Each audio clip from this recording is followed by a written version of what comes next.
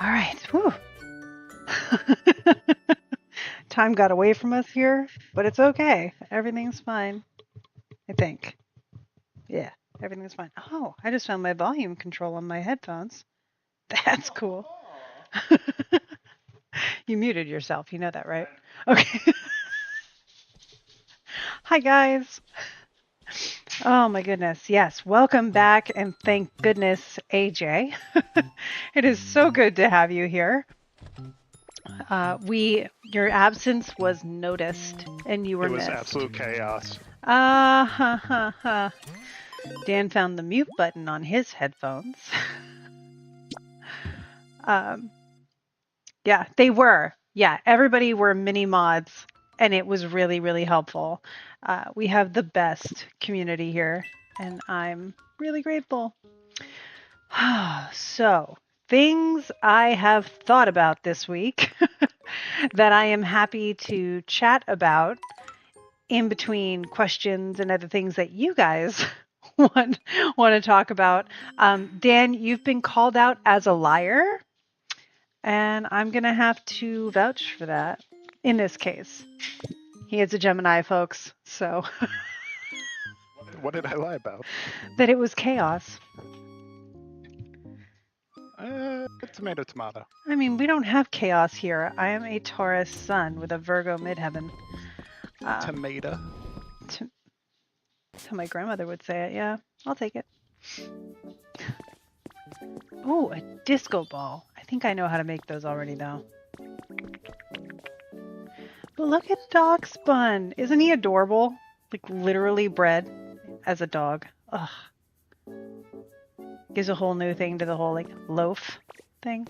Yamper is not in this game. Yamper is the Corgi Pokemon. And there is no Yamper in this game, and I'm upset about that. I hope it better come in, like, DLC or something. So now, if there's a DLC, you know I'm going to buy it, because Yamper. We gotta have the puppies. But yeah, AJ, how did your show go? Let us know how awesome you did. I know you were more behind the scenes, but that's even more impressive if you ask me. Acting is a skill set. Knowing how to make the things do the things is a totally separate and appreciated skill set. So I loaded into a feather, which is neat. Happy Wednesday, everybody. Generate electricity completed. Well, thank you. I guess we'll just collect that. I didn't do anything. But I'll take it. I'll do it. It's fine. Oh, it was for today. But I didn't do anything. Okay. Sometimes you just get rewards without having to try. I take it. That's fine. Yeah. So, back to the point. Things that I am prepared to discuss today. The results thus far, or I guess correlations thus far, of the Mars-Pluto square, which I do think we've seen a couple different expressions of that, and I'm happy to discuss what they are and why, in traditional astrological terms, they correlate so that it makes sense. And also, we can look ahead to the full moon in Sagittarius coming up. Whoop, whoop. So, this is your time, everybody in chat and watching. So I'm happy to kind of let you guide what you're most interested in. And just know we've got time, so we can get to all of it. No problem. This guy showed up this week. You'll notice he looks a lot like this guy. It's because they're the same. There's one more of them too, but I gotta get this guy another house so that this habitat can bring in another guy. And I've disturbed his sleep, so I will go somewhere else for now. Probably just make another one of these. That would work. It'd be cute. Yeah, we'll do that. Make two of them. They can each have a little sand hut. They're tatsugiris. They're supposed to basically be sashimi but, alive. As one does. I bet I don't have to actually buy this. Let me see if I can just... Whoop. Oh, also, you'll notice my couch has been moved back a square. Dan, actually, last week while we were all running around, he moved this whole thing 1 square up so that I don't fall down anymore. Yep. That's love, everybody. That's how that goes. Is it this one? Nope. This one? Yeah. Look at that. Ooh. This would fit 2 of them. We'll do that. Okay. Hi, guys. Thanks for coming to this stream, by the way. I don't think I say that enough. All right. We're going to go set this up for success. So, yeah. What would we like to talk about first? Because, like I said, we've got the Mars-Pluto situation, and that has passed, but I think we're still reading headlines about it. And we've got, those are easy enough. We've got the full moon in Sagittarius coming up, which we can also talk about. I have my charts here ready to go. So any questions you have, I can look it up. All right, so we've got a couple votes for the Mars-Pluto situation. Yeah. With that, the Mars-Pluto situation is relevant. So back up. Mars had a square with Pluto that perfected on Monday. So Mars, the planet of challenge and aggression and conflict and warriors and battle or defiance, squared Pluto, which is a newly discovered planet, the newest discovered planetoid, but I consider it as a planet. And with that, Pluto has been given significance that Mars used to have. So they just basically said, listen, Mars has all of these things. Some of these may be better attributed to Pluto in some respects.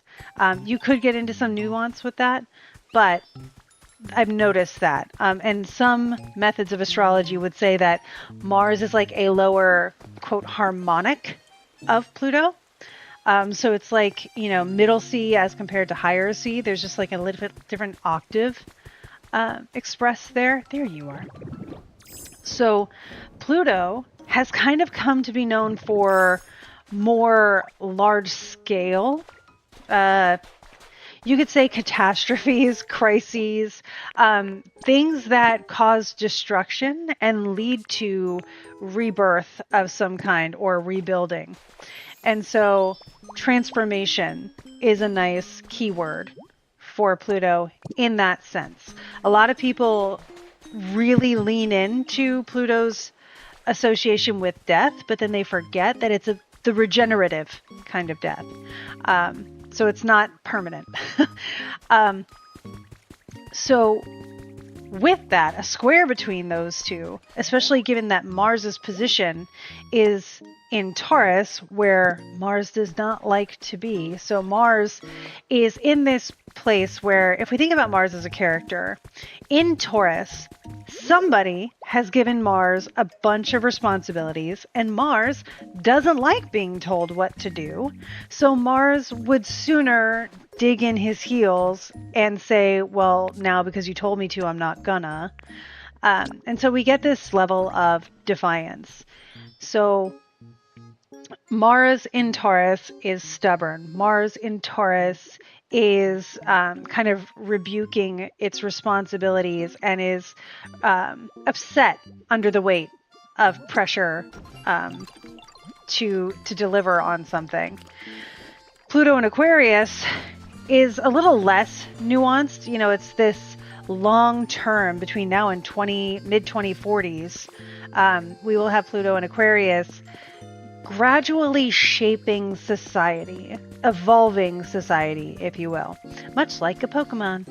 And so we have Pluto changing things from a sign that had been Earth and Cardinal, Capricorn, now in this fixed air sign of Aquarius, which is ruled naturally by Saturn.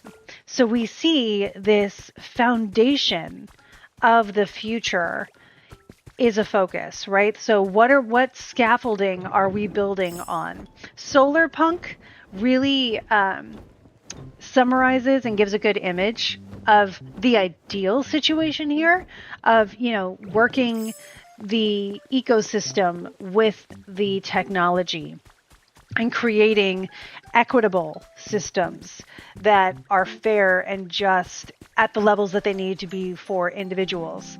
Coming up with eclectic, unique things, breakthroughs in technology, new infrastructures of communication and society. Those kinds of things are what we're developing. And we are just at the very beginning inches of that. So for this square with Mars, we look to those themes expressing themselves through the energy of a square aspect, which is associated also as being kind of like Mars.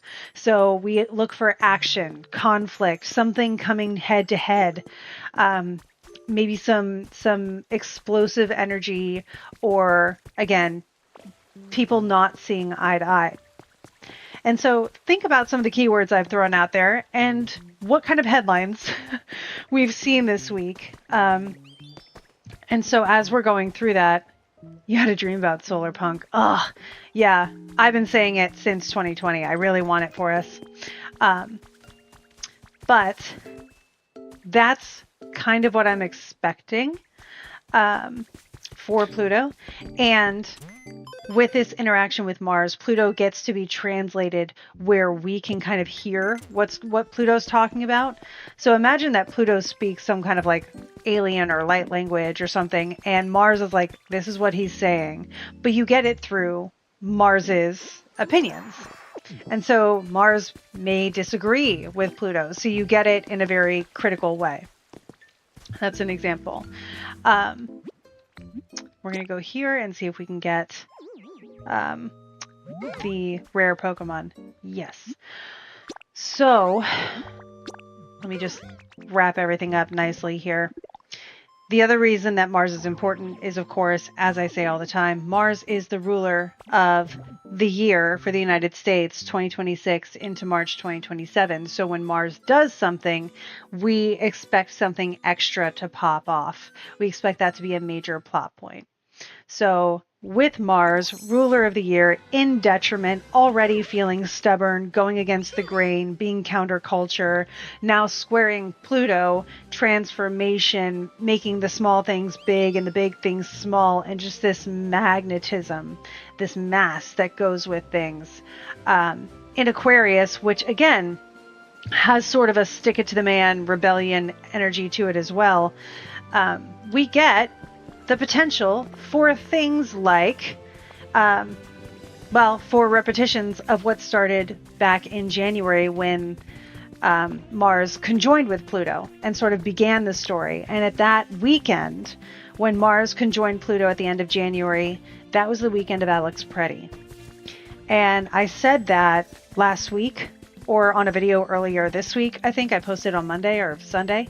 And what we're seeing in the headlines is the continuation of the hunger strike going on at an ICE facility. Dan, correct me on this because I haven't read enough articles on it. In New Jersey, correct? Yeah.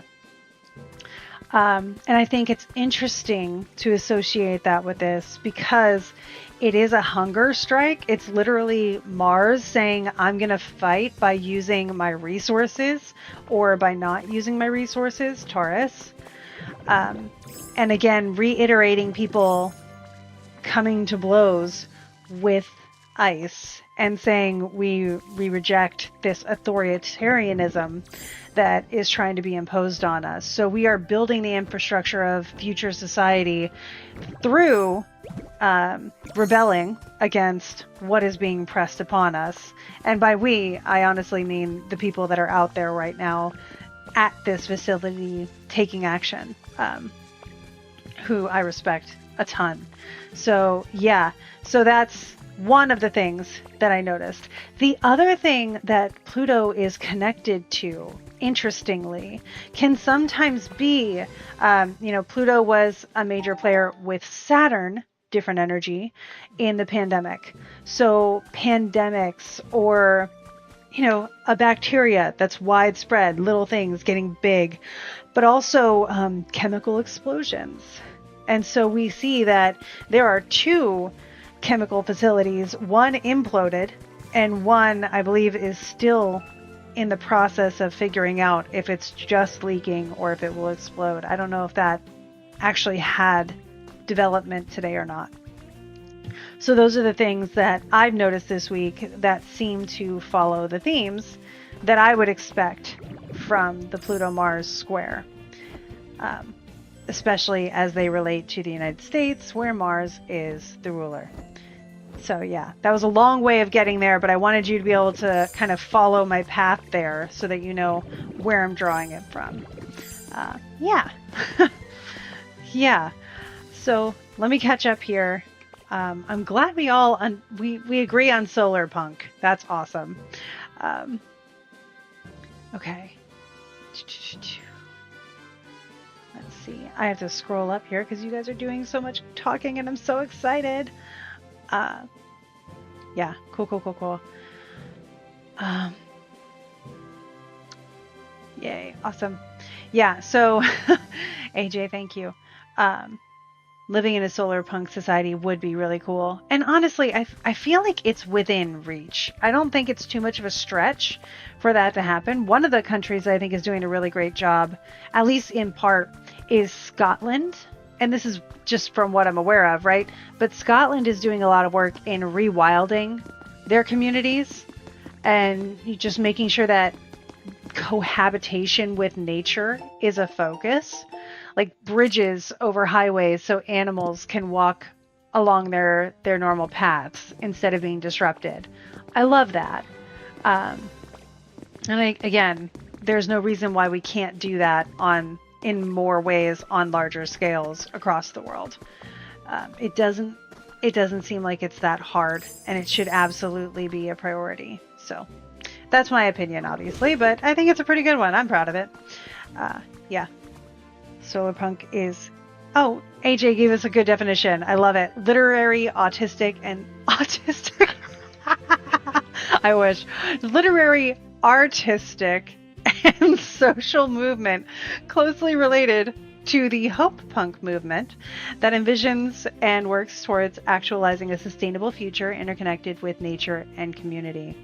Yes, I too love solar punk. Oh, I'm sorry, you guys. Yeah. It's, AJ said it feels like a boxing match of a year. Mars is not inactive, but again, we are in one of Mars's toughest times because Mars is in detriment. Later, when Mars gets into Libra, we'll see Mars, on his bad behavior again. But that's the nature of planets. It's just unfortunate that a malefic happens to be the ruler of our year. But it does happen. And Mars has had it a couple times in the last couple years.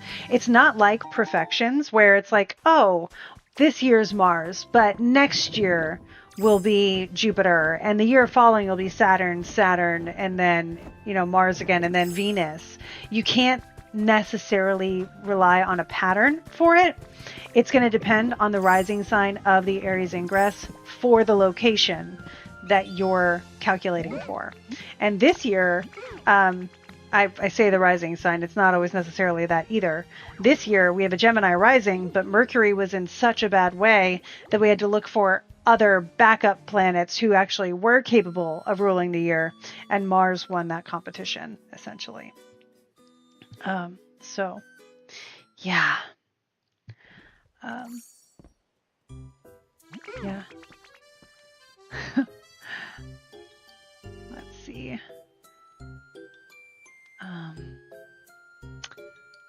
Yeah. So Steph Lynn makes a good point here about another theme that I've talked about a lot for this year, considering the condition of Mars and Mercury and Jupiter in the Aries ingress, how to me the narrative that we are given is not necessarily going to match the reality. And that comes, in the form of propaganda on a more government scale. And I am wary of what we're being told to believe and led to believe as compared to what reality is. It's a very important year for critical thinking and questioning your sources, especially around that. Like, I think solar can be done really well. I would have to do more research to really have a thorough opinion on it, but hey, yeah. Let's see. Okay, I'm almost caught up.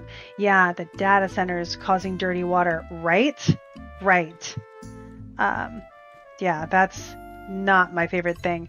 And again, we are at the very beginning of Pluto in Aquarius. So right now it's so easy to say, I hate Pluto in Aquarius. I don't like what it's doing. It's doing bad things. It is establishing the need for us to recognize and fix things. Like, you can't fix something until you know it's broken and until you're motivated to need it to be fixed, unfortunately. So what I like to think is that a lot of what we're seeing right now in the bigger picture, longer term, we will look back on and say, this is what made us aware. And then we took action. I really hope that's how it goes. But AJ says, I learned today that families get turned away if they are not wearing very specific clothing to visit their families. So there are people outside the ICE detention centers to help give them clothes and shoes to kids and families. Bless those people. And also, what's the best word? May the people who are responsible for making that an issue have the day they deserve. Yeah, we'll go with that for now. They're trying to build a data center like 20 minutes away from you are. Lots of protests. Yeah. Virginia, particularly Northern Virginia, is the data center capital of the country, which is unfortunate. Pluto's associated with minerals, right? Because there was a story on CBC this morning about using the hydrogen off gassing of mines to create another source of energy. Pluto is often associated with things beneath the surface. So people will often use the keyword unearth to say something with Pluto. So like unearth secrets, unearth battles, unearth this. Pluto's going to dig up the skeletons in the closet kind of thing. Pluto's going to make seen what wasn't seen. So in that sense, in a modern way, Pluto could be seen to be associated with minerals. Traditionally, Saturn would rule what is under the earth. That would be like Saturn rules the vocation of mining, that kind of stuff. Each planet is given its own stones, minerals, plants, and whatever. For instance, Saturn is lead, Mars is iron, Jupiter is tin, Venus is, I think the moon is silver, Mercury is actually mercury, and I think Venus, is she copper? She's copper. Yeah. And those are the 7 noble metals. The sun obviously is gold. Yeah. Let's see here. When does Mars get his win? So we all win. When does Mars get his win? Well, let's see. This is a great question, and the first thing I have to think about is what qualifies as a win for Mars, right? And so there are a couple ways I can look at that, by transit and by timing. So remember, I've talked before about how we have a couple different ways to look at time in astrology. one of them is, of course, like the eternal time of what is contained in the birth chart or in the source chart. Hey, Greg. And so, like, your birth chart is considered a form of time, or at least predictive measurement. Everything in your life is in there. Then we figure out when. And so we have symbolic time, which is like timing techniques like annual perfections, right? It's like if we made, if we rolled the chart forward, when would this happen by this symbolic method? And so I do look at circumambulations and distributions of the year within the year for the Aries ingress. That's one of my favorite ways to do it. I will look at annual perfected, not annual, because it's monthly perfections, and I'll kind of combine that, but I really focus on circumambulations. And then, of course, there's transits. What's the planet doing in actual time, a la the weather? So we can do both if you'd like. And I can look at when Mars will get into better dignity, because Mars right now is in detriment. So we know that's not Mars's favorite situation. Mars will go through Gemini. After that, Mars will go into Cancer. It's not Mars, like Mars is in fall in Cancer. So I'm not looking forward to Mars being there. After that, Leo, which is fine, Virgo, which is fine, Libra, which is detriment, but then Scorpio, which is domicile. So that's sort of the sequence as far as when I can look at that. Yeah. Let me see here. Yeah. So I can do this really quickly. Let's do Mars in the signs, and then we'll do the different events and see if they may overlap, because then we have even more evidence to show that that timing is reliable as far as a guess. Cool. Did I say that clearly? That came across okay? Yeah, okay, we can do both. Yeah, we can. Okay. Sorry, Dan. Hope I'm not boring the bejeebers out of you over there. You're all good. No, thanks. Okay, so Mars is in Taurus until June 28. Mars will enter into Cancer, so this is one we want to keep an eye on. They said, thank you, Dan. August 11th through September 27th. That's when Mars is going to be in fall in Cancer. And I'm just doing some math in my head. It's going to square Saturn while it's there by transit. So that's a time to pay attention to, August through September. Now, this is also a time where by transit, we're getting a lot of intense outer planet patterns that will, through the connection of Jupiter, also have an avenue to connect with us. So July is when you get the trine between Pluto and Uranus. And Neptune and Saturn are involved by a sextile with Pluto. And Pluto's in Aquarius. Okay. And Uranus is in Gemini, and they're in Aries. So that's going to be another sextile. So yeah, the outer planets are all going to be seeing each other at that time. Caveat to this, and it's not a bad one, is that they are making positive aspects. The aspects that we find to be the most like shaky are your conjunctions, oppositions, and squares. These are trines and sextiles. Trines are of the nature of Jupiter. Now, they can also be like a slide, right? It makes it really easy for whatever is going on to happen. So the change that we expect to see in society will happen maybe quicker and a little bit more easier at that time. And so that's something to keep an eye on. So we're expecting to see potentially over the summer some bigger events in the plot unfolding right now, right? So just thinking about all of that in the context of Mars and Cancer, which will square Saturn. eventually square Neptune. And if Mars is in Cancer, it's not looking at Aquarius, so nothing with Pluto.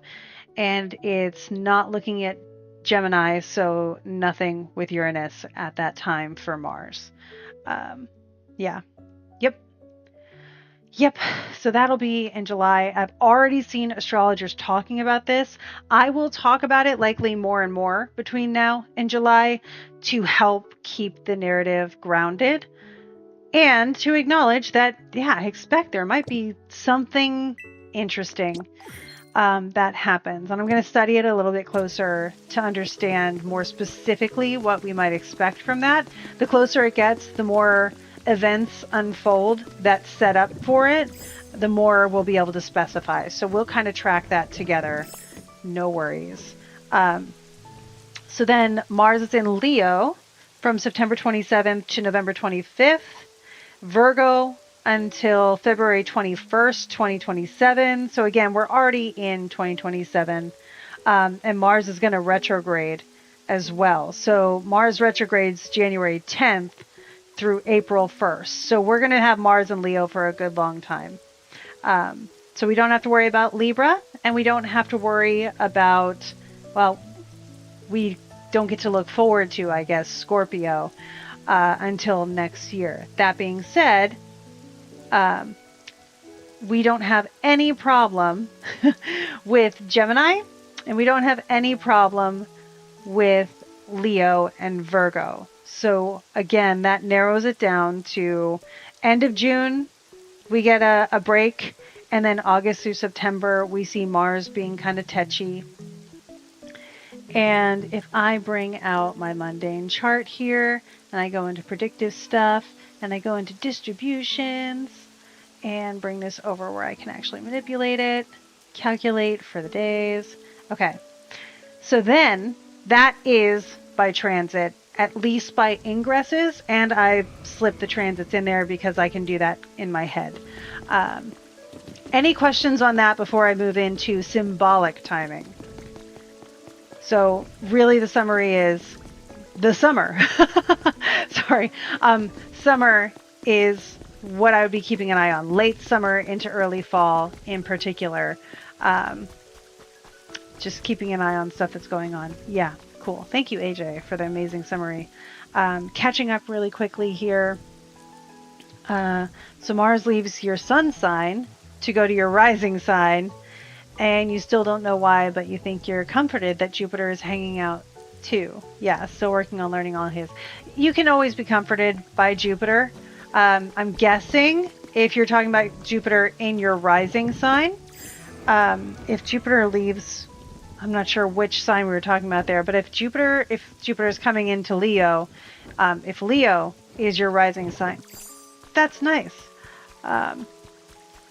Looking for some water ripples around here. Nope. Okay. Oh, hello you. And when it's an achievement for the day that I collect feathers, these birds don't show up. I don't know.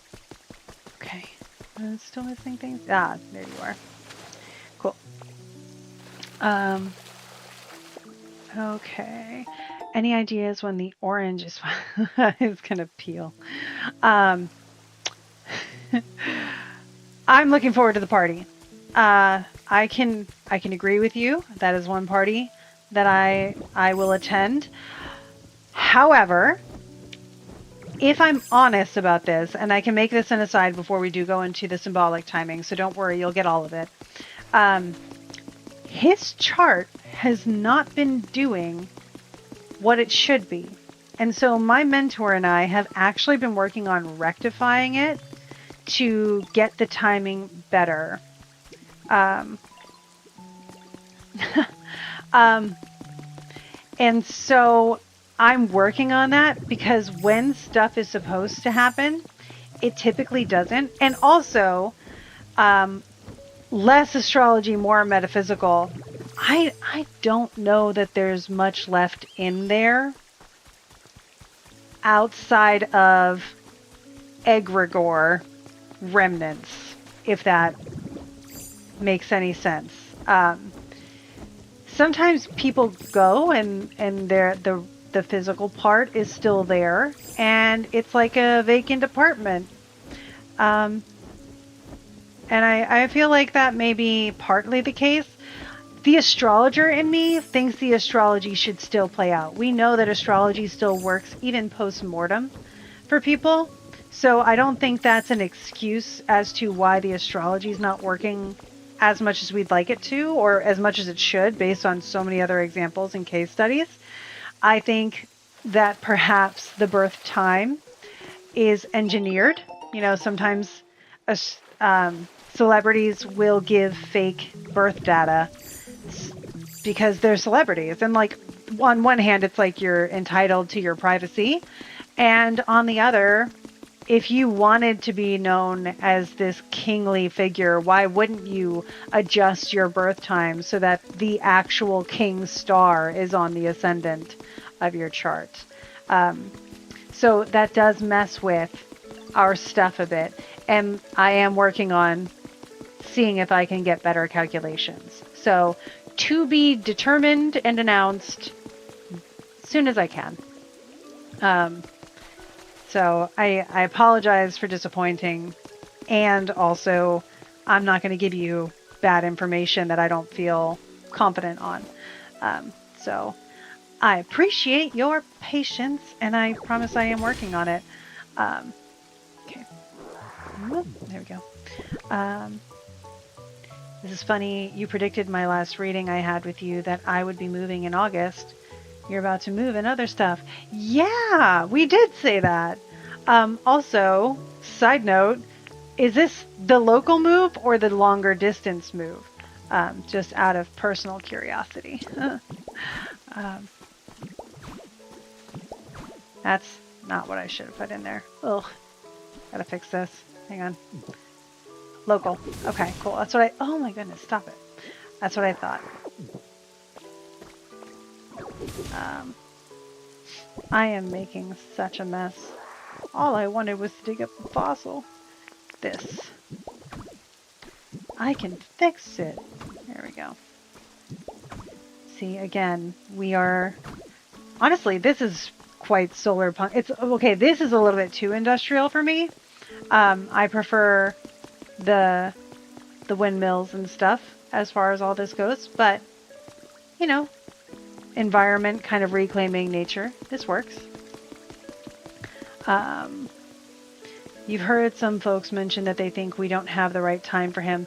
Yeah, I think more and more astrologers are getting frustrated that our techniques that work so frequently don't for this one person, and as if he's not entitled and privileged enough. So, it is frustrating. I also think it's a pretty interesting cosmic joke that it's being kept from us as astrologers who should have that kind of inside knowledge, and even the world was like, nope, you just have to wait this one out and experience it with everyone else. Truly, there is no bypassing this experience. Yeah. Ugh. But no disappointment here. Thank you, guys. Cool. You're going on a trip with a situation trip. It's a bold choice.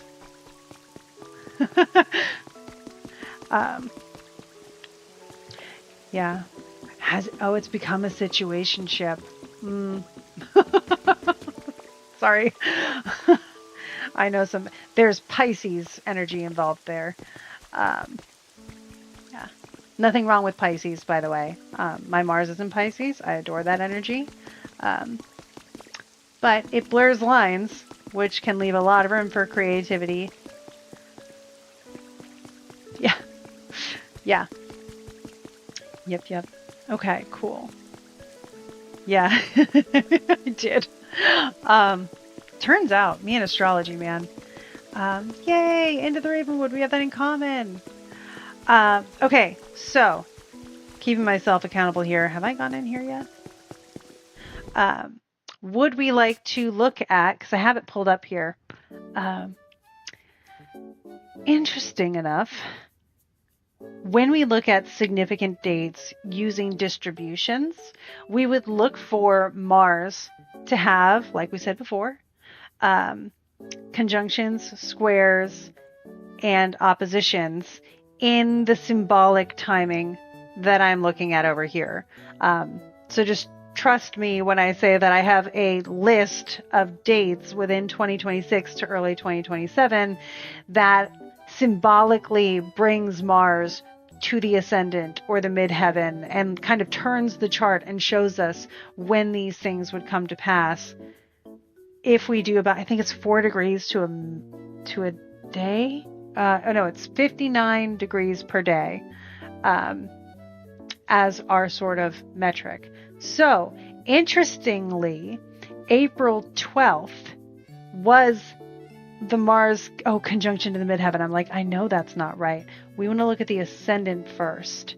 Okay, recalculate. Okay, I say it like that doesn't fit. All right.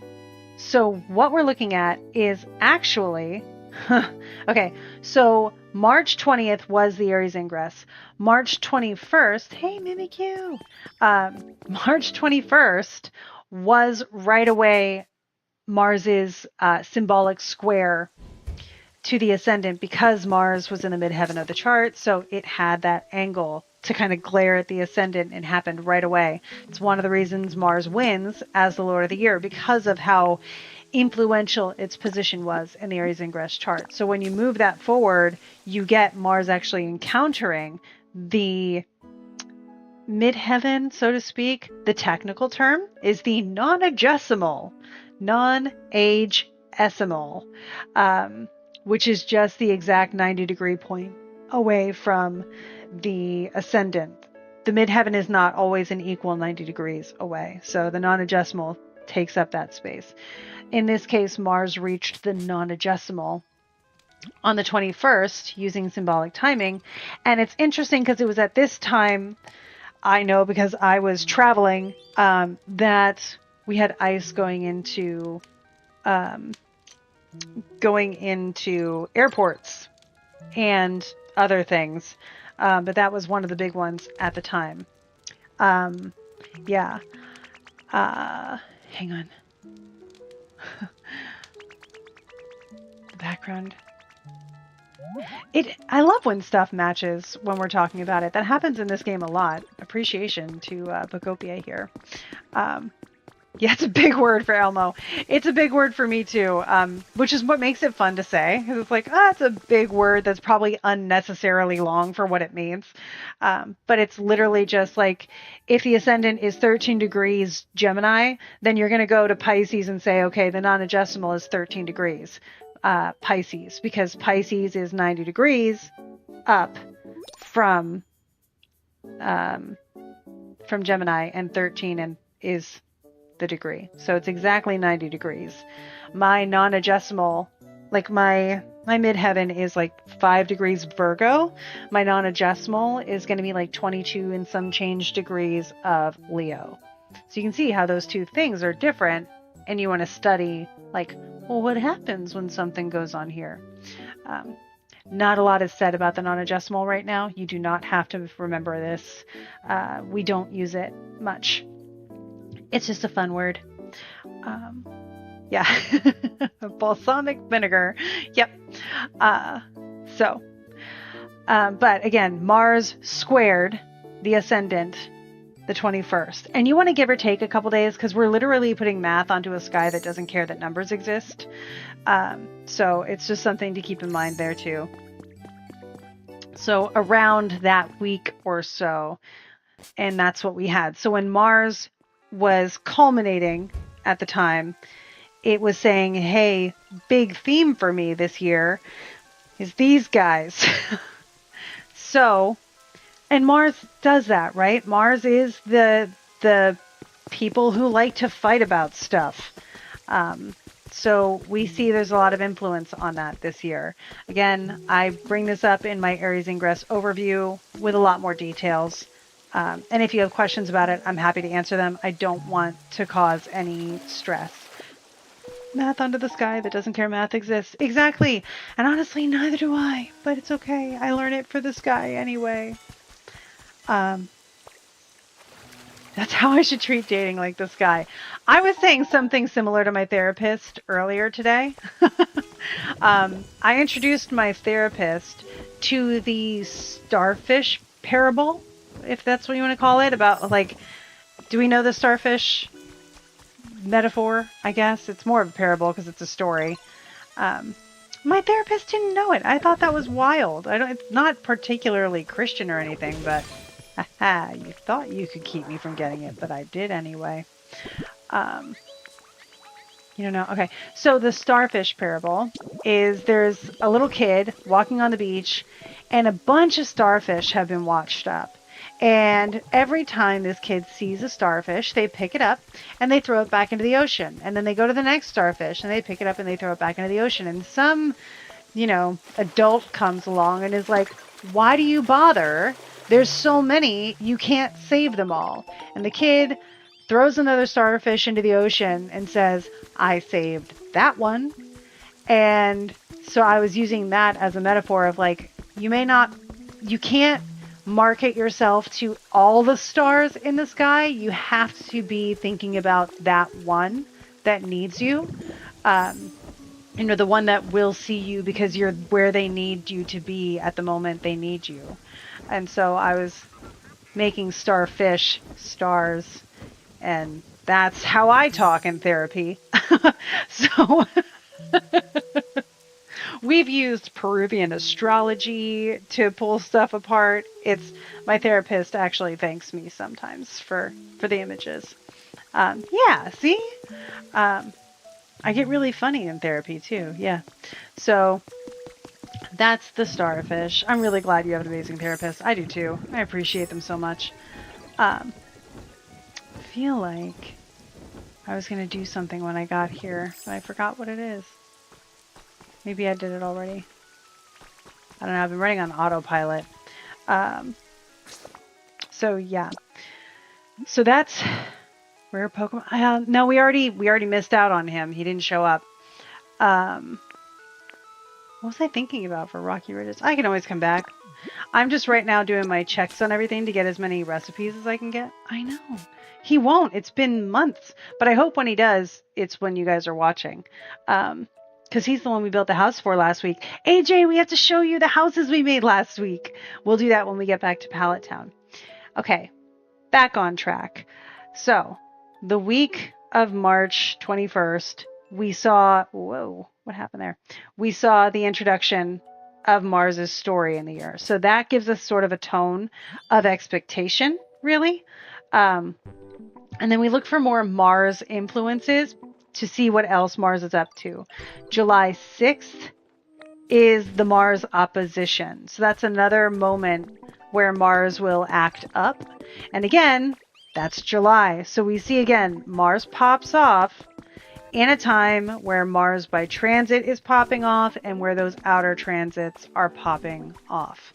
So it's another reason to say, hey, there's a lot of players on stage in July, August, September, right? So we're going to pay attention to that. And again, Mars doesn't get into Cancer until August, so a little bit of alleviation there.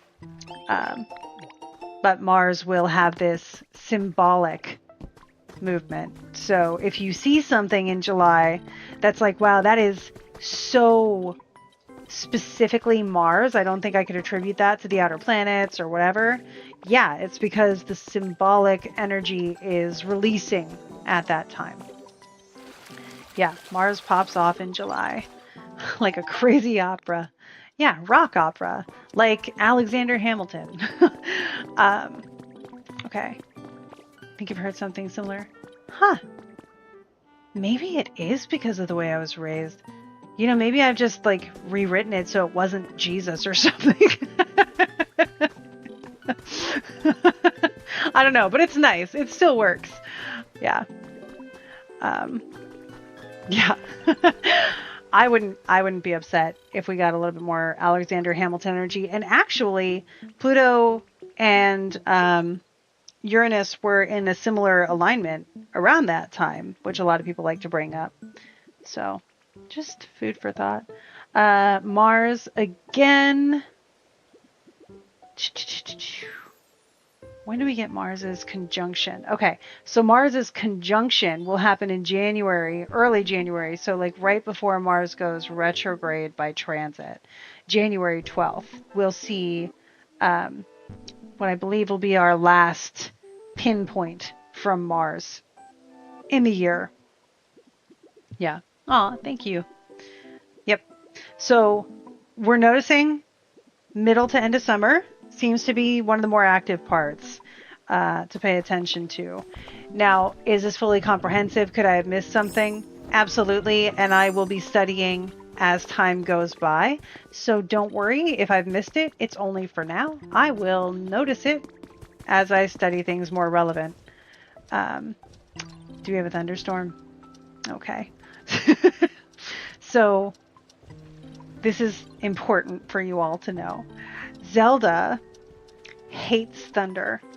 And so right now it's thundering here. I don't know if you can hear it.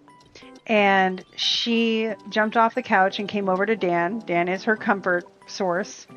I think she wants to go back here. Back here? No, okay.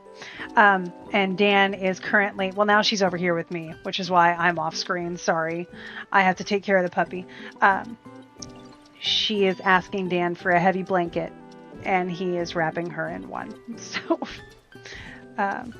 you're okay, little girl. You're okay. Hi. I love you. Yeah, sorry.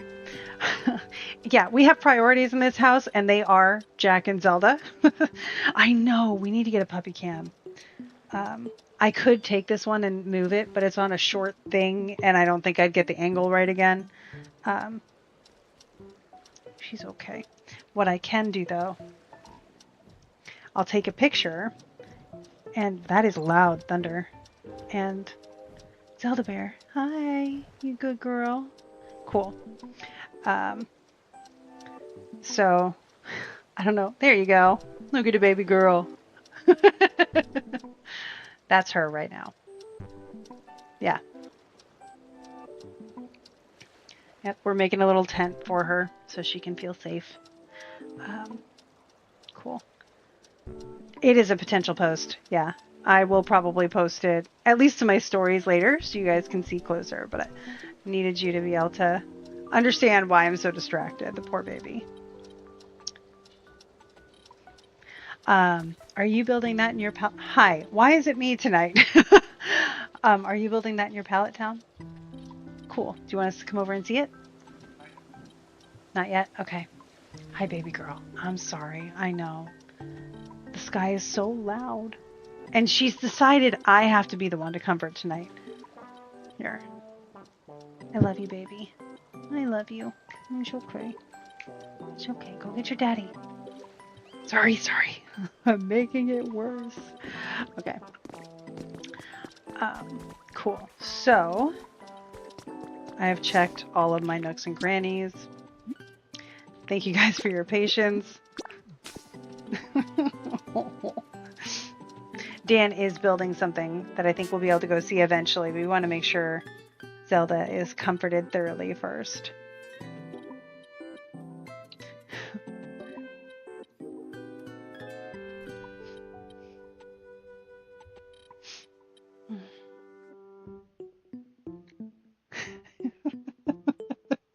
She looks like Baba Yaga.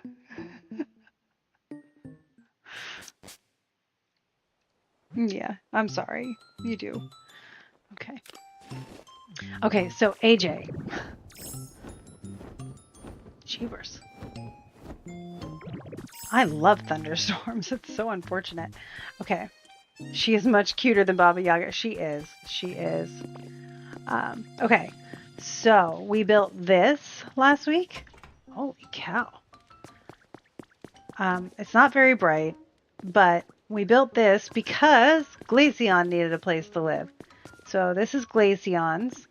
And then this is for Suicune, who will be here as soon as they show up on an island.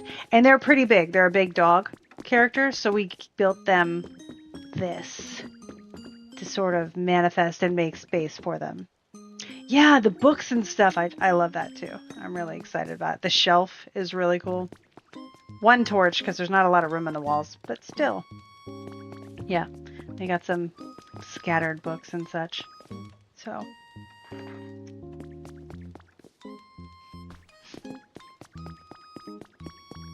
Okay.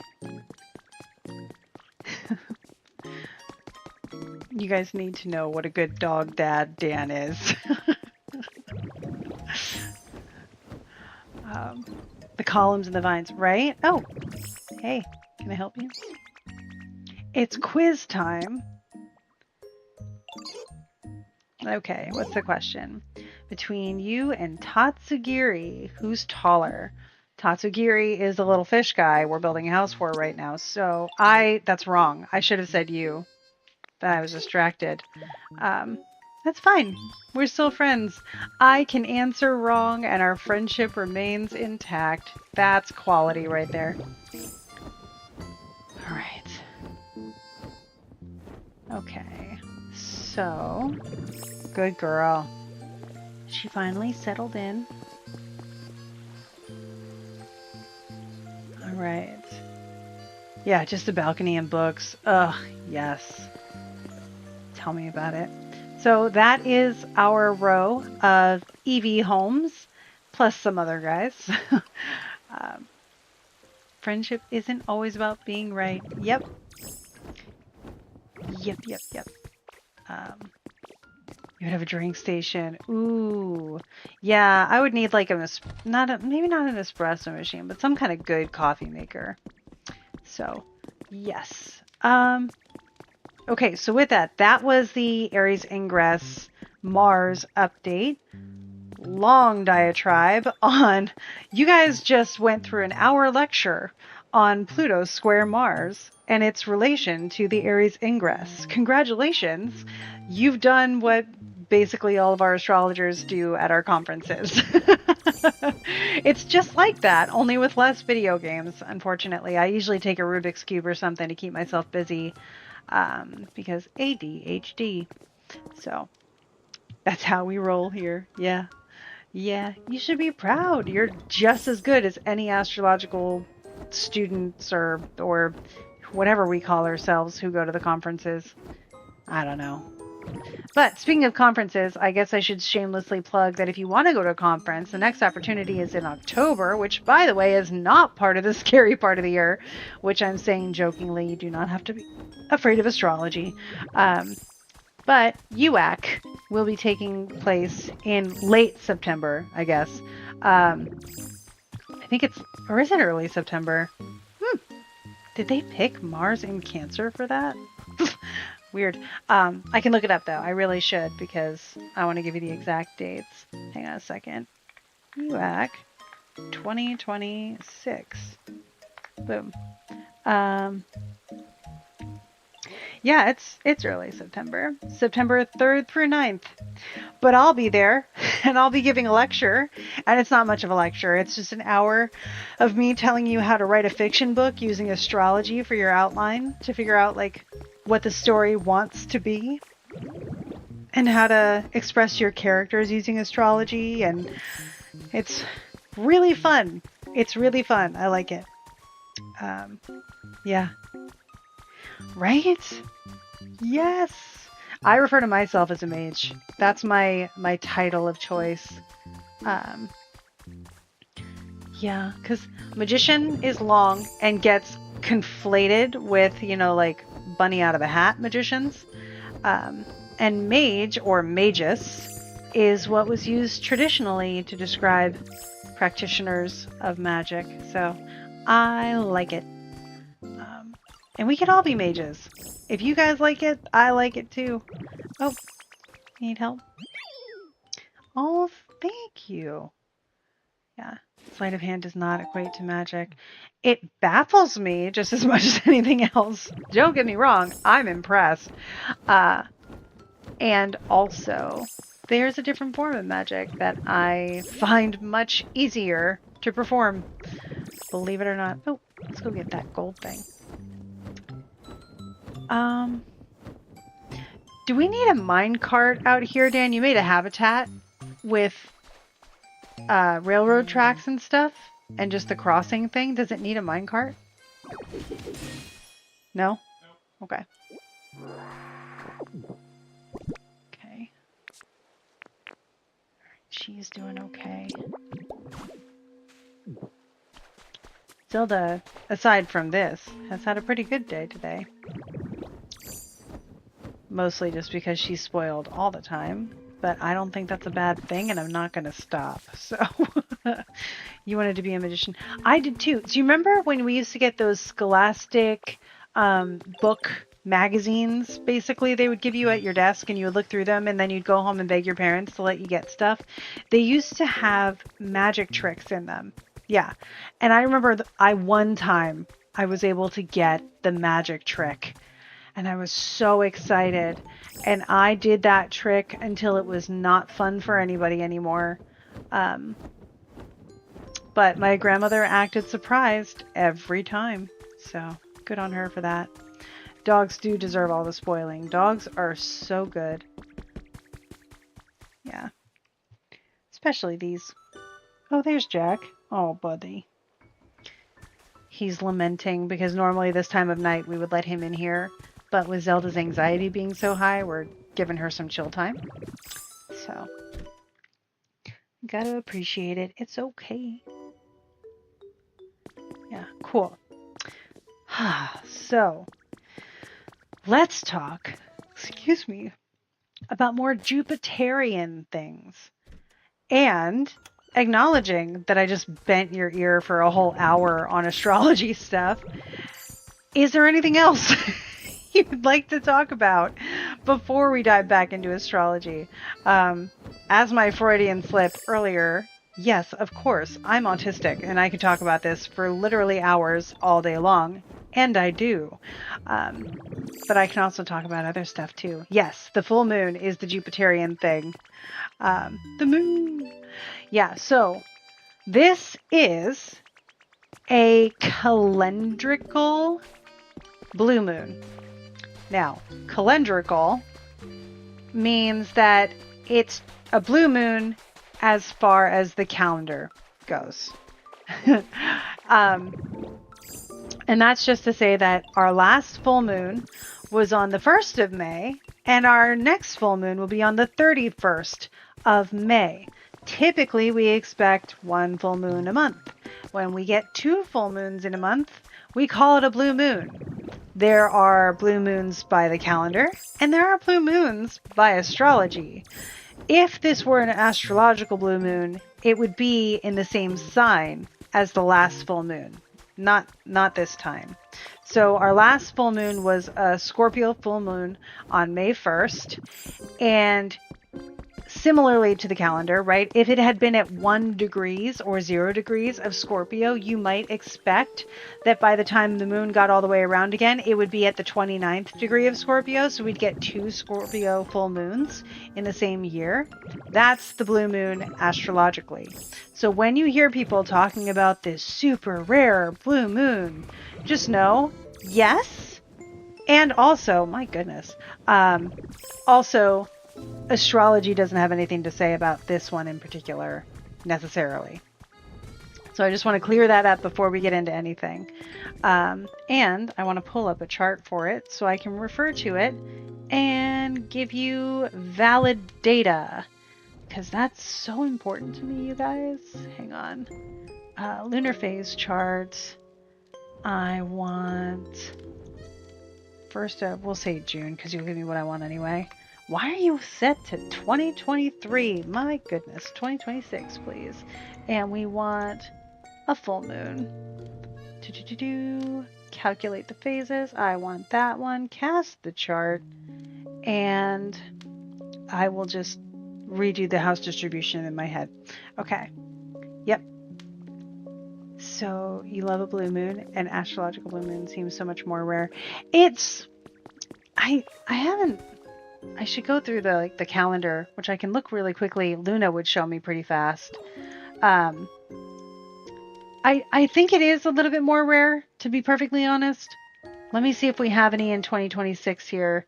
This is going to show new moons. But Yeah, it's kind of hard to tell because I don't have a list of full moons just at the ready. If I had my ephemeris, I would. But yeah, we don't have any like double new moon situations. So it's not necessarily going to be there. I can look later. There's another way I can check if we want to investigate that too. Yeah. Yeah, it's interesting, right? Because it's like, oh, you know, one is the calendar phenomena, which is cool. Still, if you want to celebrate it, go for it. It is 2 full moons within 31 days, and that's because the moon cycle is 27 and a chunk of days. So it is a little bit more rare to have that moon be perfectly at the very beginning of a zodiacal sign, and then wind up at the end, 27.23 days later. It's all a matter of what method we're using to measure things. Cool. Oh, there you go. Nice. So, yeah, those are the names of the moon. You love a data validating region. What's a good non-binary option for yes, queen? You know, I don't know. I've heard a lot of discussion on this. Yeah, I appreciate it though. Yeah, I mean, we could just, I feel like king doesn't show up often, so queen almost becomes neutral in that particular phrase of yes, queen. But that's just my opinion. I don't want to complicate things. I just want to feel seen. And I think that's how most people are, right? So, Vemperor. Oh my god, I love that one. That's really good. That's good. That, I mean, I give it my seal of approval in that case. That's really fun. Cool. All right, so I'm mostly just running around right now. I don't have much in mind. I'm going to wait for Dan to let us know when he's good to go, because I know he's got something really cool looking over here. And if it's not tonight, that's also fine. I'm not trying to pressure. Yeah. AJ does it again. Yeah. Nice. Yeah, we do have eclipses coming up also in the August time frame. So, that's a lot of stuff. It's just muchness is what it is. But let's talk about the more immediate future, the 31st of May, around 4:44 a.m. on the East Coast. We have the full moon in Sagittarius. And so we know this full moon is going to be in Sagittarius because the sun is in Gemini. So your quick way of saying where is this full moon going to be again is to remember that the sun is in whatever sign it's in. We're in Gemini season, and therefore the moon has to be opposite of that. So the moon has to be opposite of Gemini, and that means that it's got to be in Sagittarius because that's the opposite of Gemini. Sagittarius is ruled by Jupiter. Jupiter is currently crushing it in Cancer. Not only is he exalted, but he's in his own terms within Cancer. So the stretch of degrees that he also rules within that sign. He's got Venus applying to conjoin him. She's crushing it too. Not as much as he is, but we love a benefic with a benefic. This is probably one of the better energies of the year that we see happening. So Jupiter's doing great, not quite looking at the moon, unfortunately, but still capable, right? The moon is in fact applying to Saturn, and Saturn is rough. So we take the energy that we get from this Sagittarius full moon, and we understand that it's leading us towards something structured. It's leading us towards something very 4:44, right? Like the fact that it's happening at 4:44 a.m. Is interesting and resonates pretty well with the idea of the numerology of 444 and how that really resonates with what Saturn wants in a lot of situations and with what Saturn isn't getting right now with his position in Aries. Saturn loves structure, supportive things. I always talk about, oh yay, infrastructure and things with Saturn, because it's like, how do we build something that is made to endure? That's what Saturn wants, right? This commitment to time, commitment to existence for the duration. So it's important to think that way with Saturn, and a lot of the time that works against us, because eventually with something that exists for a long time, we get age, we get illness, we get a lot of things that aren't usually what we're excited about. Oh, I have to put 3 things in here first. This isn't one of those that comes furnished, is it? So with it applying to Saturn, you didn't follow me. Yeah. I'll go get you some furniture. So Jupiter, the greater benefic, Jupiter's doing great himself. Nothing, wrong to be said there. There's reason to lean into Sagittarius's themes. Sagittarius in folk magic is really much aligned with prophecy, with divination, with expanding your spiritual horizons, and you could think of it as like, it feels, I don't want to say like, when you kind of expand your spiritual awareness, like, it's not necessarily astral projection, but it's knowing yourself in a deeper way. Very Aang from Avatar: The Last Airbender, right? The journey he goes through of, going from personality to this centered, knowing, sagely being. Yeah, we always love a good Avatar reference. So things to keep in mind there, right? How are you enlightening yourself? And what does that mean to you? What does it look like to you? And then as you're thinking about that, it's a great time to connect with your guides through divination. I made a post a couple days ago on Instagram where I was quoting a footnote in the Oxford translation of the Epic of Gilgamesh, because that's what I read. But the point was, in the Epic of Gilgamesh, Gilgamesh goes to sleep 3 nights in a row and requests the sun god Shamash to give him a dream.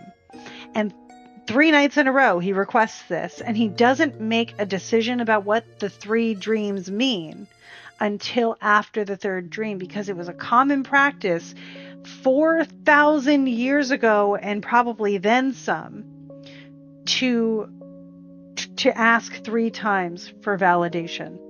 And I want to make sure that is heard, because if ancient Sumerians, from like the very first stories ever, were allowed and expected to ask for validation from their gods, so are you.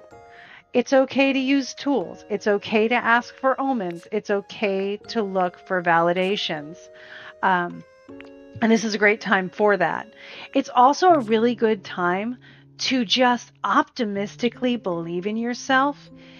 And I ran into, whatever the Instagram version of Stitched is, this is also available on my Instagram right now.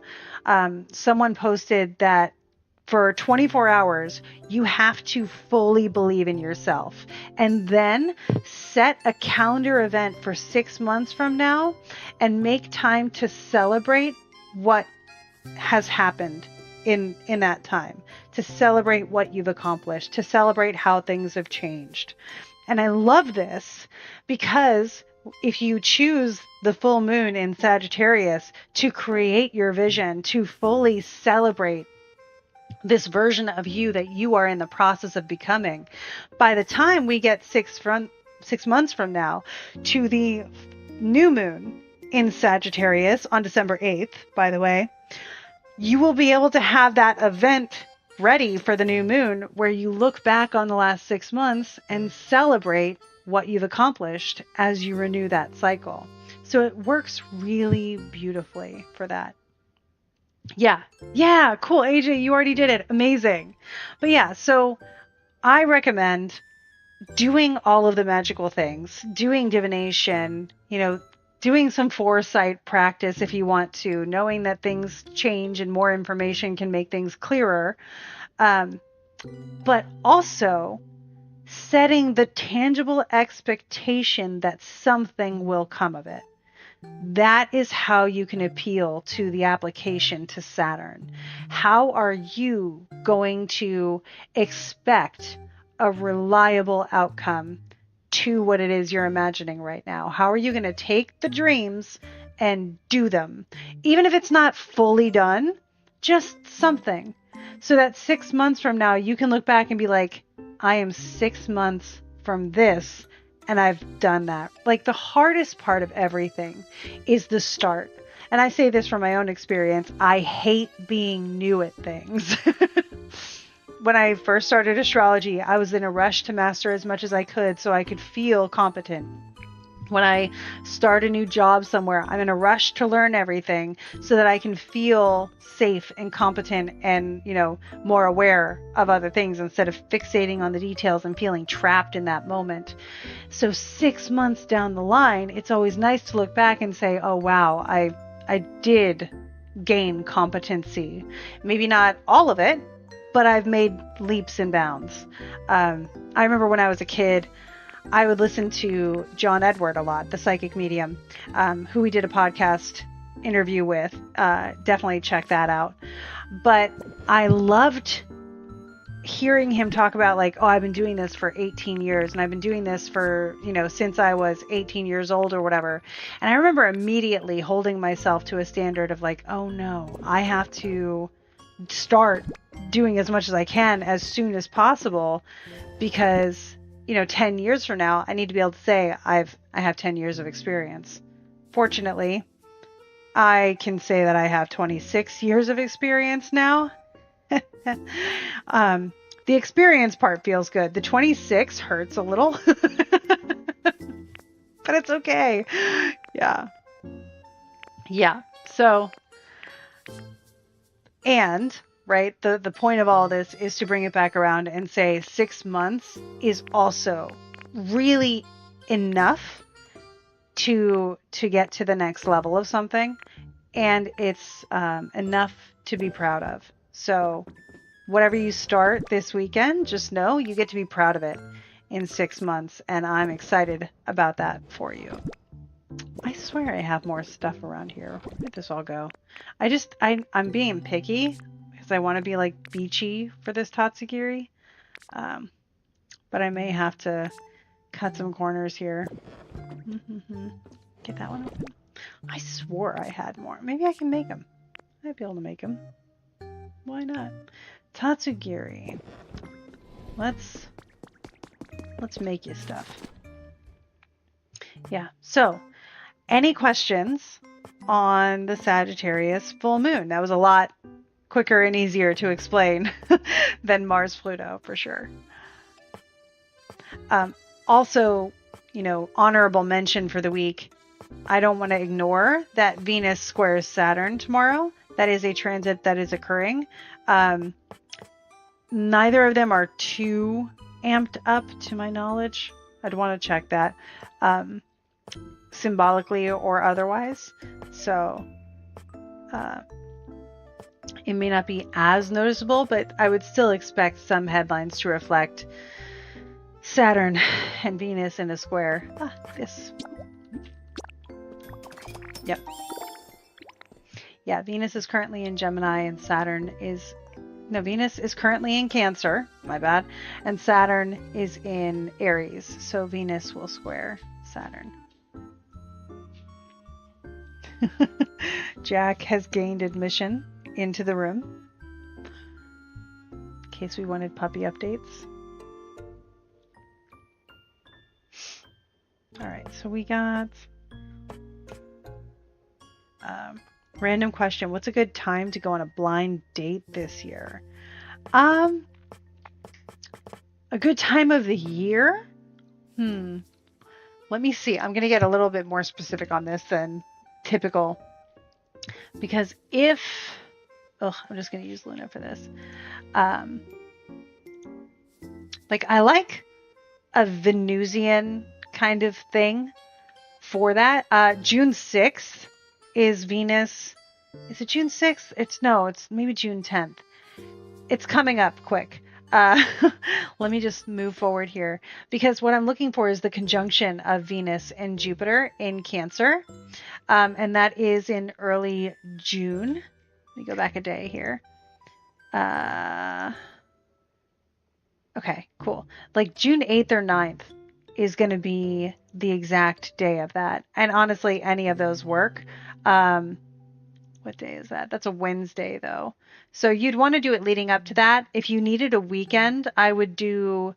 Hang on a second. That's not the Wednesday. June 8th is a Monday. So you could do like the 6th or 7th to get a weekend out of it.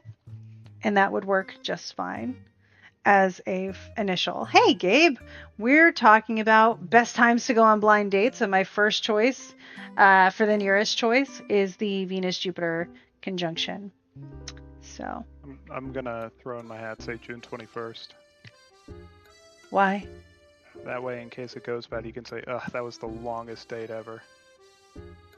Okay. Oh, you're going for the solstice. I see you. Yeah. And you're correct. That is the solstice this year. Hang on a second. I'm gonna double check that for us. Because if you do want to do the solstice so that you can make a good Dan joke, it is the 21st of June this year. So definitely worth checking that out. The other timing I'm thinking about is, can we get Venus? When does she get into good positions? So oh, that's March. Okay, so moving right along. Let's get Venus in Libra. August 6th through September 10th has Venus in Libra. So as far as months go, now remember, that's got a lot of stuff going on in general. So why not, right? While everything is going wild. Go on a blind date too. I love that. I once had someone tell me that if you're trying to do an election, which is choosing the best time for something, which is what we're doing right now, and you want it to go well, but it's like this random thing, they said, like always pick like Sagittarius rising. In this case, we could say Sagittarius month of the sun, because Jupiter's not going to get into Sagittarius for a long time, but will trine the sun in Sagittarius, which also means we're going to have his retrograde around that time. I'd stick with Venus. My world's open, by the way. Okay, hang on. That could help. You have someone in chat that says, I appreciate the groan-worthy dad/Dan joke. Thank you. And someone else was typing the same thing. Yeah. Okay. Yay! So your friend might set you up with someone. That's cool. Okay, so we're going to take a pause from building Tatsugiri some furniture, and we're going to go see what Dan has done. Great question, though. Oh, no! Hang on, I just fell back down the steps. I thought those days were behind me. But, like, look at this. Hang on. You'll be able to see it. Dan pushed my house back a little bit so that I don't fall down the hole anymore as soon as I log in. Doesn't stop me other times, as we've just noticed, but... Okay, what did I do here? Yay. Oh. That's what I wanted to... Oh, I did it naturally. So hype up is one of the things I had to do for my daily goals in this game. And the Pokemon that do that best are in that rock map that I showed you. And that's what I wanted to do there. But fortunately, I walked close enough to them that it happened on its own. So I don't have to worry about it. Stuff just works out. It's great. All right, we are on our way. Yeah. Yeah, I'm actually using that that period. It's so annoying. Like, can I rant about astrological magic for a second? And this isn't about anybody modern day. This is about how annoying it is to have Jupiter in Cancer while Saturn is in Aries, because every time Jupiter's on the ascendant, Saturn's up there in the midheaven, and that gets in the way of how good it should be to make a talisman of Jupiter. That being said, I'm finding some ways around it. To do some stuff for our people who are going to Greece. So, yeah. Where did you go? I lost you. You turned into a Pokemon and fled. I'm at the beach. Okay. There you go. Okay.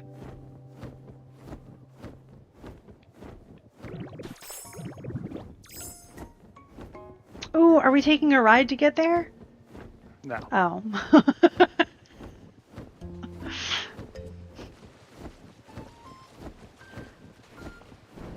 This is the first thing that I've been working on. Oh, right. So this is farm. a berry farm. These trees produce berries, as you can see. Hang on, let me get a better view. I've got this stuff in the way. There we go. And if you automatically turn off the water... Ah! I fell down the hole. Hang on. Oh my god. The Hang on. Okay.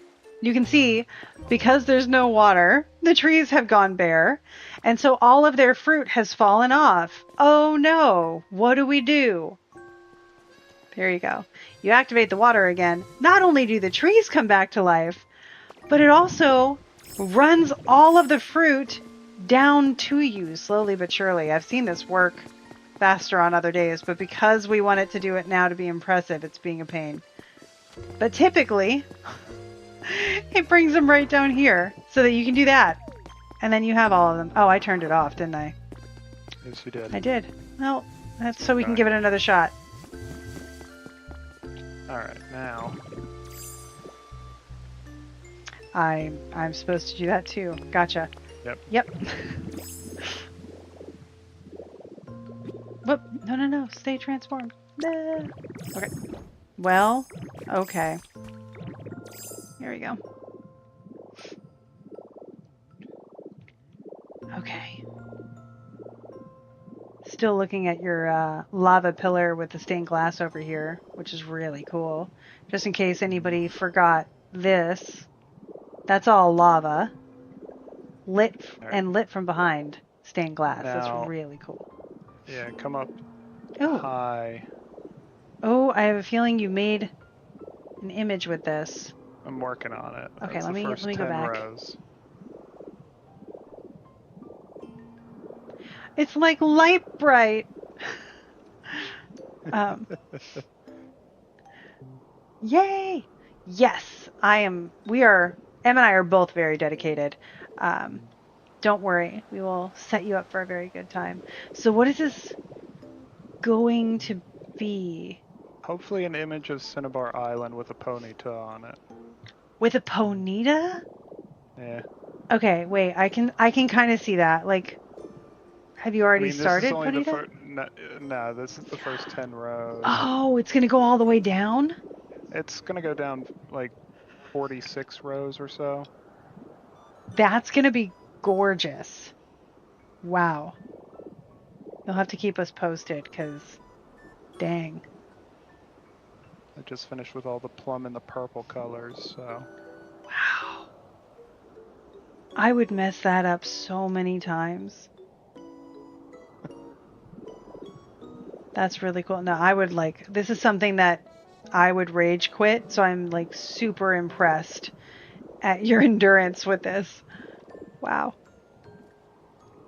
So what's going to be where these darker ones are? That's just black. Okay, got it. That makes sense. That checks out. Right? You can see the difference between the way my brain works and the way Dan's brain works. He also built this. Can I show them your water temple really quick?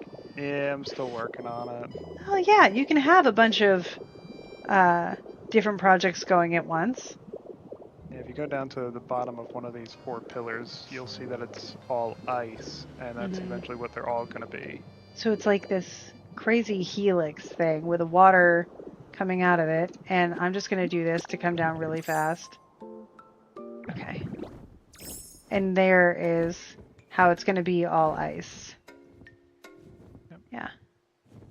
Right? This is Articuno's temple. This is where Articuno lives. And also it's like in a sunken temple. I don't know if you guys...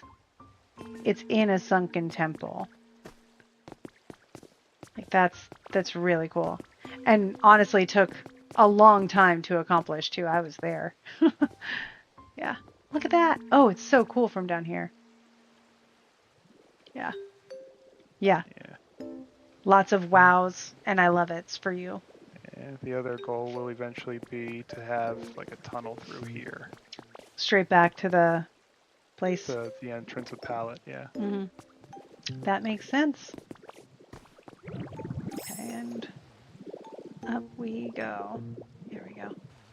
I mean, it's not far. Nope. What makes it great. Mm-hmm. Yep. Yeah. Yeah, Dan has drawn up designs and everything, like patterns to follow to accomplish all this. The dedication is wild. So, hang on a second. Hang on. How do we... No, that's not it. Hang on. Somewhere. Aha. Yes. Do I know how to clap? I don't think I know how to clap. So, I'm going to celebrate you instead.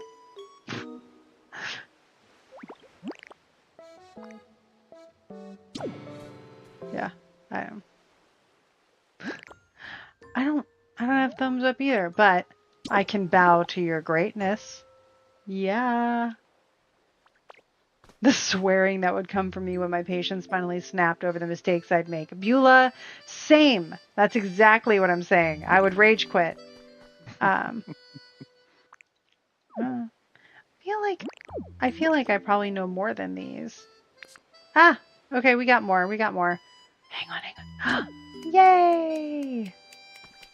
I can clap. My hands are really weird, but oh no. Stop clapping, it's not. Oh, thank you.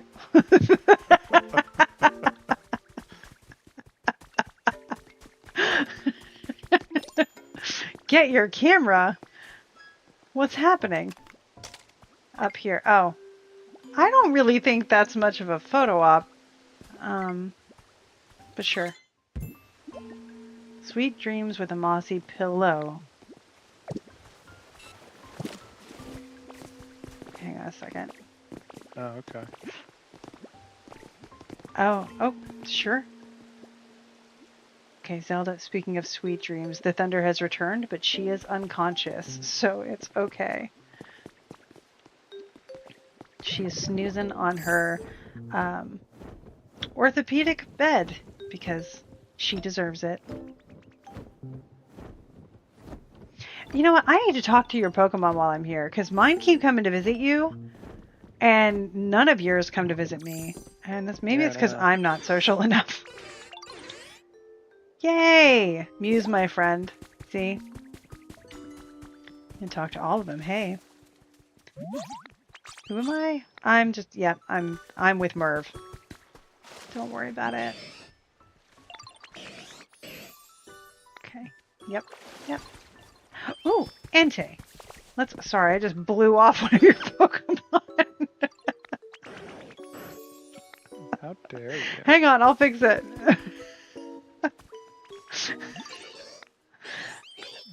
Okay, cool. Yep. I believe you. Listen, I'm getting around. Okay, that's Mew again. Espeon, we gotta be friends. Oof, just ran into her face. Cool. Let's see, Eevee's sleeping, but what about you guys? What are you gonna do for your Eevees? Because they're just out here in the grass. I don't know. They're having a party. Yeah, it's a 24 hour. It's a 24-hour picnic. Okay. This guy's head is in a tree. We'll be friends, and I won't judge you. Thinking maybe a high rise around Zapdos' area, maybe. Oh, That that's may be fun. his epic build kind of deal. Yeah. Oh, wow. I put her right to sleep. Okay.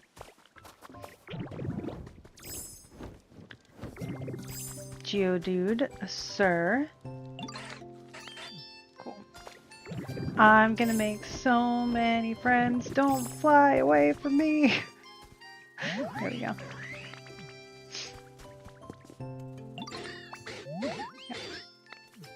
So yeah, we did a good job, man. Gabe, we did basically like an hour lecture on the Mars-Pluto square and its relation to the Earth's ingress earlier. Really proud of us. I've discovered a new habitat. Nice. It was epic. I'm glad you think so. Cool.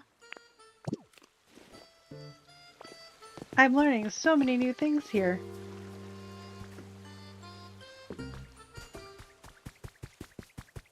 I like your diamond farms. Thanks. You're really cute. Would people like to know a fun fact about Gallic? Sorry, Gabe made a joke about Mars and Pluto, and I think it's funny. But yeah, who wants to hear a fun fact about Gallic, the language, which also may sometimes be said as Gaelic? It might be more familiar, but it's Gallic.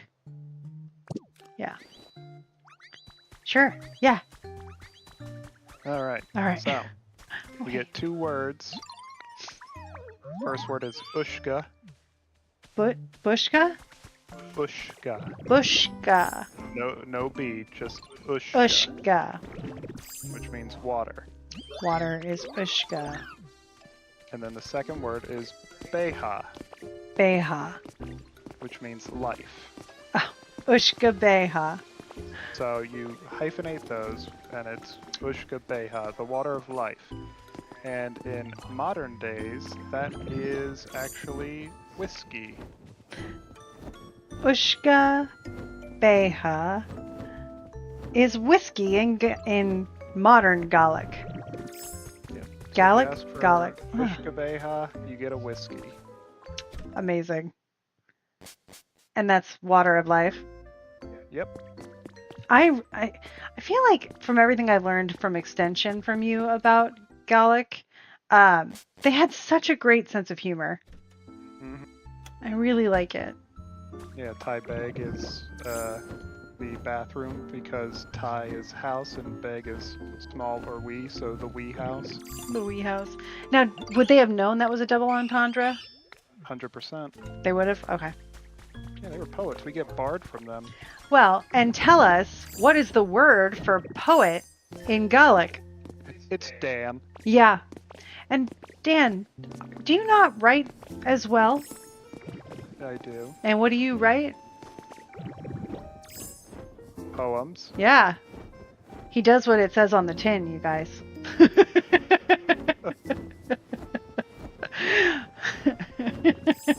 Heck yeah, Dan. Yeah. No, Dan.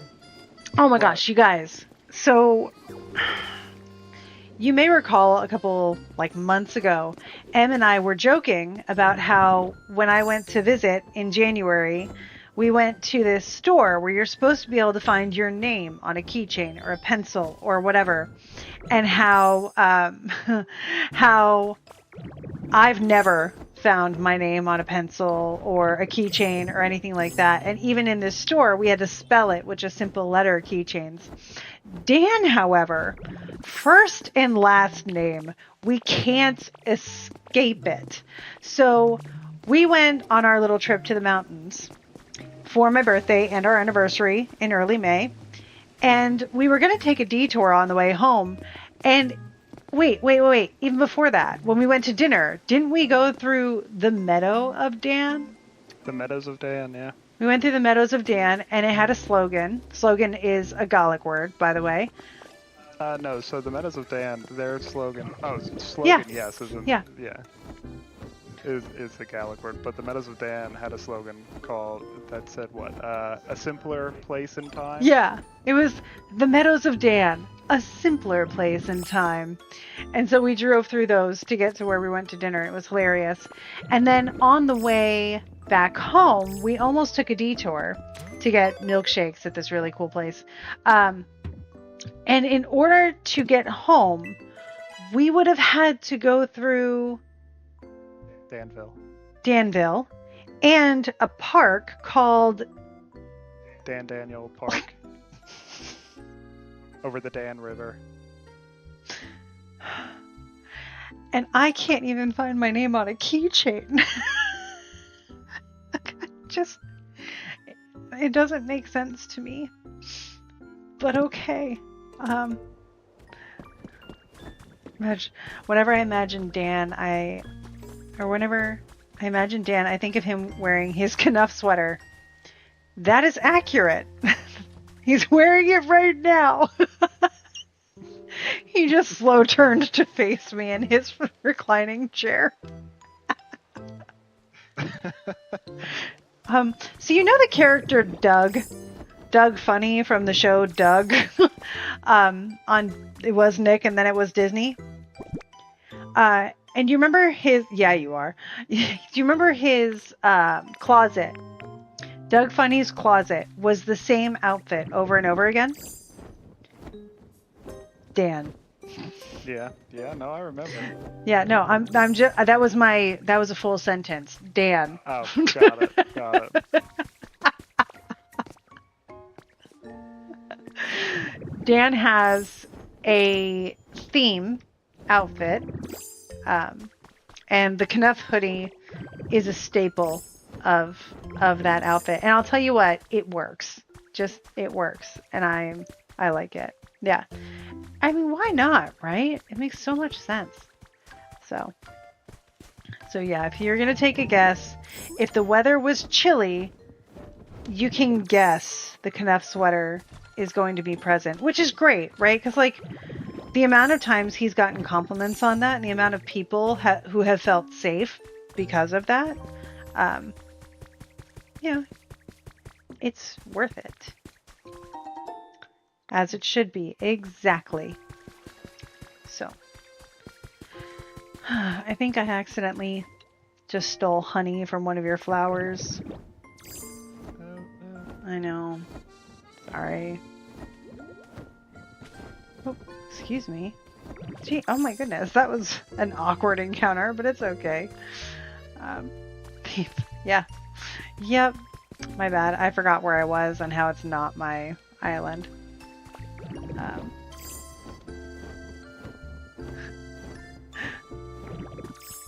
Oh, so, okay, Beulah, I was a little confused for a second because you're like, I'm pretty sure I married an Alan, and I'm very happy with that. And I'm over here like, does he not tell you his name? But what you meant was Alan from the Barbie movie, and that's really cool. I think that's what you meant. Correct me if I'm wrong. Yeah. Yeah, not my ballot town. Correct. So we have some joint stuff that we can do, Dan. We should do it at your place, though. Yeah, well, you have Smear Guru here, right? Yeah. Because I don't. We should do that one here. Oh, what do you have? No, I know all this stuff already. How many things do I need to paint? 10? Oh, I hope not. Pretty sure. Oh, yeah, 10. Yikes. I'll just find 10 blocks. Okay. I'll make 10 blocks because that'll complete that one challenge. No, that's not the challenge. No. Just go into any one of these boxes, find some furniture, and start placing them down anywhere. Well, I'm going to give a present to someone, and it's going to be a carrot. So I hope they like that. Look at this. Here's a carrot. It's for you. Oh, nice backflip, or front flip, I guess. Okay. I have to give 10 presents? How many carrots do I have? 16. All right, bet. You look like you would like to eat a carrot. You probably would like something sweet, actually. But look at this. It's for you. What a treat. Okay, great. Yay! That counts. Great. Mew! Here. Everybody gets a carrot! Look at this! That count as painting? I hope so. It did. Okay. Yay! Cool. The honey was returned. Darn right! We paid it forward. Okay, painting's done. You're gonna get a carrot. Everybody on your island's just gonna stop and eat carrots. Everybody gets a carrot. Oh, this is... Oh, I just got wheezing in my Pokedex. Nice. That's cool. I didn't know we could do that. I learned something new. Wait, he asked me for something? I'm sure he did. Well, I'm gonna give him a carrot. And I hope... Here you go. Yeah, Mew's adorable. There you go. Oh. I think that was eating. But it didn't count as a gift?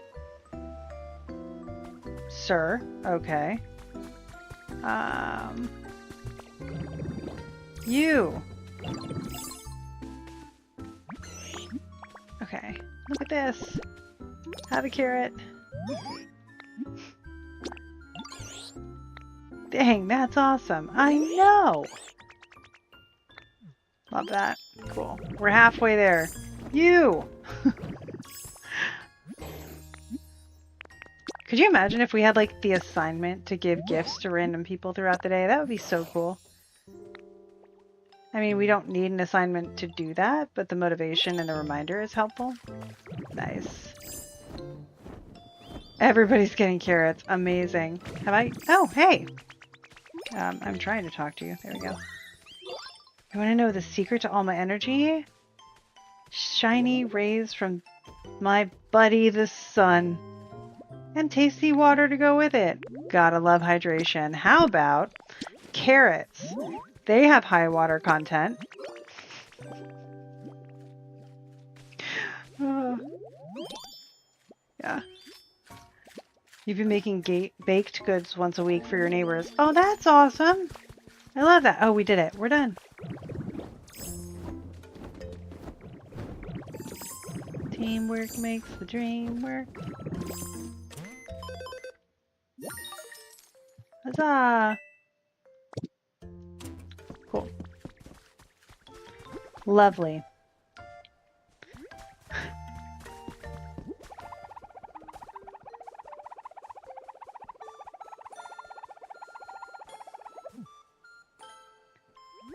Ooh, granola. That's... Oh! That sounds good.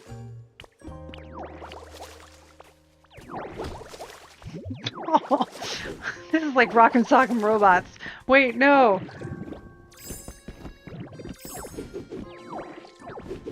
Why am I aiming so bad? That's not fair. Oh, man. This is just like every other game I play with you.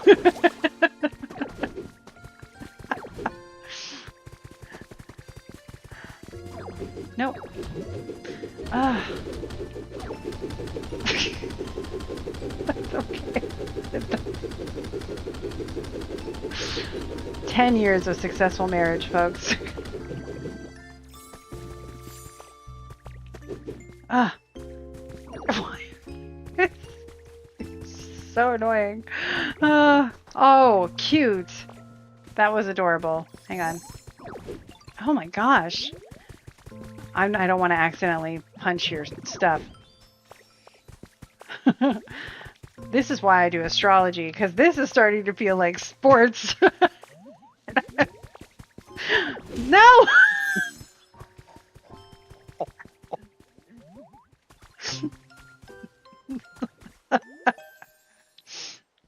Well, I can fix it.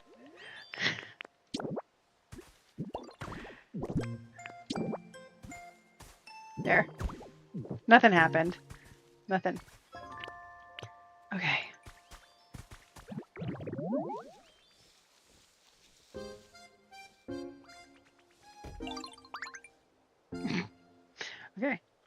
see Naruto runs away, right? Like, whoops.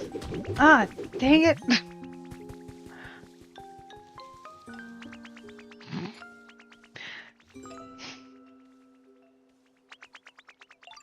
Nice. I can see you from here.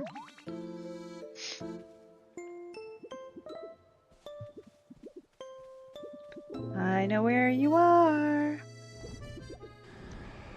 Uh-oh. You got a bird. You're cooking something. The choice of marital bliss. Uh-huh. Yep. So we do have 10 more minutes or so. Was there anything I didn't discuss tonight that you guys wanted to talk about?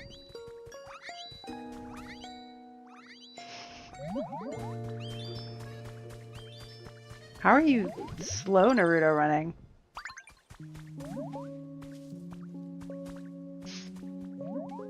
I don't know.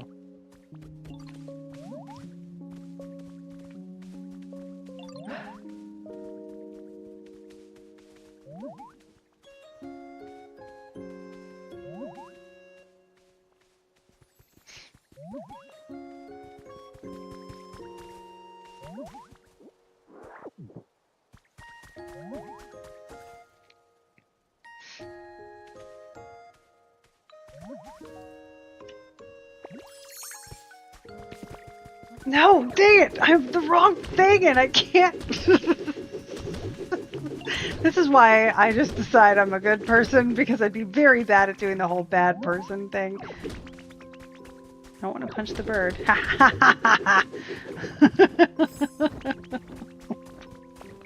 I got in one. It's called style. Yeah. Maybe that's the problem. Does this count as spousal abuse? I don't think so. I think it counts as, effective communication.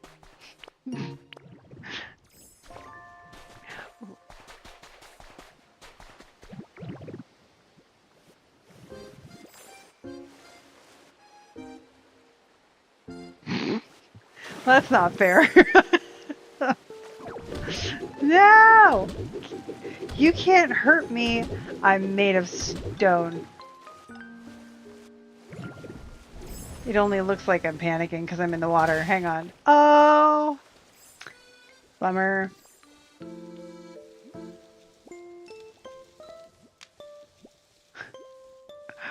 Oh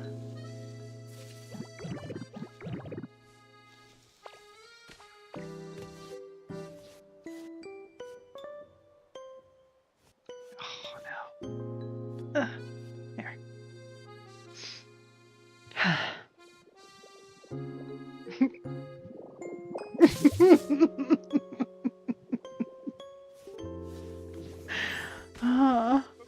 What's everybody's favorite meme? Uh-oh. Favorite meme? That's a good My question. personal is Fenton. Fenton. I miss Fenton. Not very good.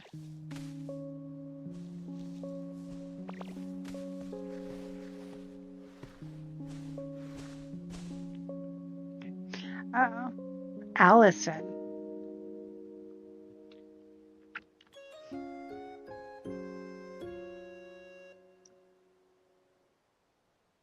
I'm trying to think. Gosh, do I have a favorite meme? I have a favorite GIF. I don't know that I have a favorite meme. Oh, thank you, AJ. Yeah, by the way, guys, I do astrology readings. I do 4 hours of live broadcasts a week. Only 2 of them are with Dan. And we do trips all around the world. We still have openings in Germany, and for Costa Rica. Favorite meme? Yeah, meme. Into the Ravenwood. I'd love to hear yours.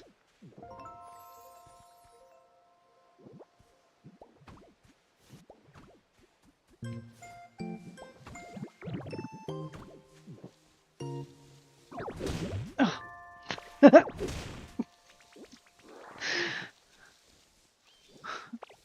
just really bad timing. That's all that was.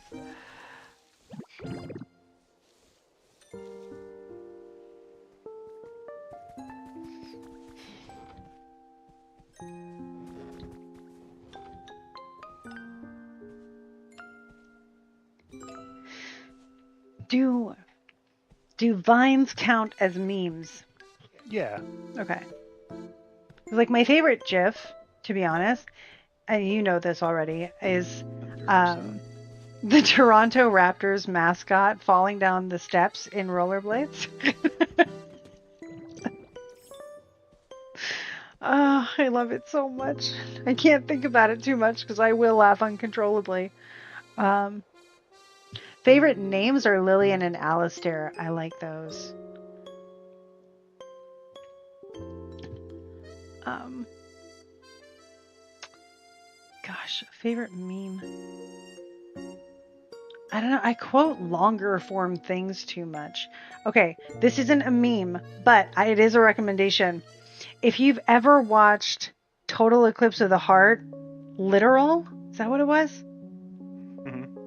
I recommend it. If you search on YouTube, Total Eclipse of the Heart, literal. Oh my gosh, I quote that one all the time. um,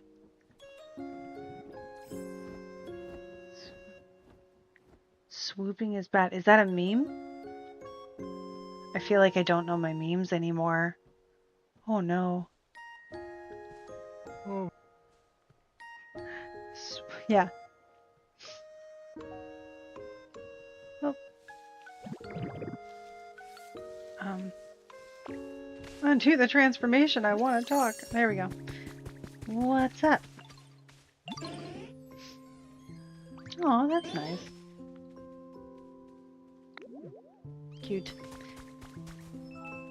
Favorite Alistair quote from Dragon Age took a stab.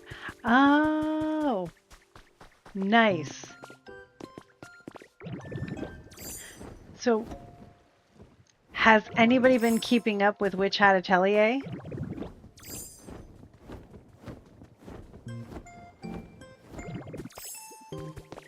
Because I have. I'm obsessed still. I'm actually caught up to the manga that's not even published yet. And it's like, I know so much and I don't know what to do with all the knowledge that I have of the characters.